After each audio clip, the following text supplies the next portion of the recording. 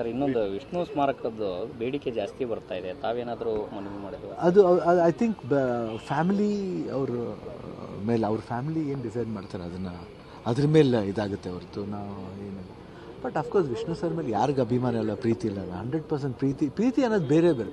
ಅದು ಒಂದು ಆ ಸ್ಥಾನ ಒಂದು ಜಾಗದಿಂದ ಇದಾಗೋದಲ್ಲ, ಅದು ಹೃದಯದಿಂದ ಆ ಭಾವನೆನ ಹೃದಯ ತುಂಬ್ಕೊಂಡು ಅವ್ರು ಫೀಲ್ ಮಾಡೋದಿದೆಯಲ್ಲ, ಆ ಭಾವನೆ ದೊಡ್ಡದು ಅಂತ ನಾನು ಭಾವಿಸ್ತೀನಿ. ನೆಕ್ಸ್ಟು ಇನ್ನು ಅವ್ರ ಫ್ಯಾಮಿಲಿ ಅವ್ರು ಏನು ಡಿಸೈಡ್ ಮಾಡ್ತಾರೆ, ಭಾರತೀಯಮ್ಮ ಇದ್ದಾರೆ, ಅದಕ್ಕಿಂತ ಬೇಕಾ ಅವರು ಅವ್ರಿಗೆ ಅವ್ರ ಮನೆಯವರಿದ್ದಾರೆ, ಅವ್ರ ಅಳಿಯಂದ್ರಿದ್ದಾರೆ, ಅವ್ರ ಹೆಣ್ಮಕ್ಳಿಬ್ರು ಇದ್ದಾರೆ. ಸೊ ಅದ್ರ ಮೇಲೆ ಡಿಪೆಂಡ್ ಆಗುತ್ತೆ. ಸೊ ಅವರೆಲ್ಲ ಸೇರಿ ಏನು ಡಿಸೈಡ್ ಮಾಡ್ತಾರೆ. ಅಲ್ಲೆಲ್ಲ ನಾನು ಹೇಳ್ತಿರೋದು ಅವ್ರ ಫ್ಯಾಮಿಲಿ ಇದ್ದಾರೆ, ಅದಕ್ಕೊಂದು ಗೌರವ ಕೊಡ್ಬೇಕು ನಾವು. ಅದಾದಮೇಲೆ ನೆಕ್ಸ್ಟ್ ಅಭಿಮಾನ ಬರೋದು ನೆಕ್ಸ್ಟ್. ಸೊ ಅದ್ರ ಬಗ್ಗೆ ಸ್ವಲ್ಪ ಗಮನ ಇದೆ. ಫಸ್ಟ್ ಫ್ಯಾಮಿಲಿ ಫಸ್ಟ್ ಬರುತ್ತೆ, ಅದಾದಮೇಲೆ ಅಭಿಮಾನಿಗಳು ಬರ್ತಾರೆ. ಸೊ ಅದರಿಂದ ಅವ್ರ ಇದೇನಂತಾರೆ, ಇವಾಗೇನು ಸಪೋರ್ಟ್ ಮಾಡೋದೇನು ದೊಡ್ಡ ವಿಷಯ ಅಲ್ಲ, ಅದೇನು ದೊಡ್ಡ ವಿಷಯ ಅಲ್ಲ. ಯಾಕಂದರೆ ಇದು ಮಾಡಿದ್ರೇ ವಿಷ್ಣು ಸರ್ ಮೇಲೆ ಪ್ರೀತಿ ಅನ್ನೋದಲ್ಲ. ವಿಷ್ಣು ಸರ್ ಮೇಲೆ ಪ್ರೀತಿ ಯಾವತ್ತೂ ಇದೆ. ಯಾಕಂದರೆ ಅವ್ರ ನಮ್ಮದು ಒಡನಾಟ ನಾವು ಹೇಳ್ತಾ ಹೋದರೆ ಅದು ಟೈಮೇ ಸಾಕಲ್ಲ. ಯಾಕಂದ್ರೆ ನಾನು ಚಿಕ್ಕವನು ಆ್ಯಕ್ಟ್ ಮಾಡೋಕ್ಕೂ ಮುಂಚೆಯಿಂದ ನಾನು 76ರಿಂದ ಅವ್ರ ಕೈ ಹಿಡ್ಕೊಂಡು ಓಡಾಡಿದವನು ನಾನು. ಸೊ ಅದರಿಂದ ಆ ಪ್ರೀತಿ ನಾವು ಹೆಂಗೆ ಬೇಕಾದ್ರೂ ತೋರಿಸ್ಬೋದು.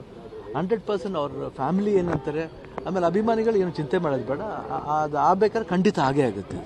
ಅದೇನು ದೊಡ್ಡ ವಿಷಯ ಅಲ್ಲ. ಅದು 100% ಮಾಡಬೇಕಾದ್ರೆ ಮಾಡೇ ಮಾಡ್ತಾರೆ.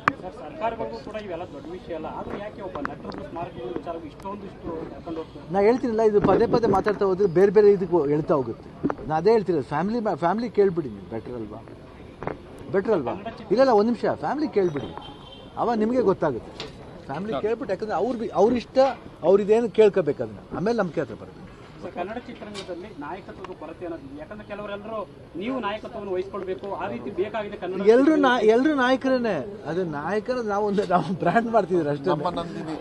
ಇವಾಗ ಬಂದಿರೋದು ನಮ್ಮ ನಂದಿನಿ, ನಮ್ಮ ಹೆಮ್ಮೆಯ ನಂದಿನಿ. ಓಕೆ, ಇವತ್ತು ಅದು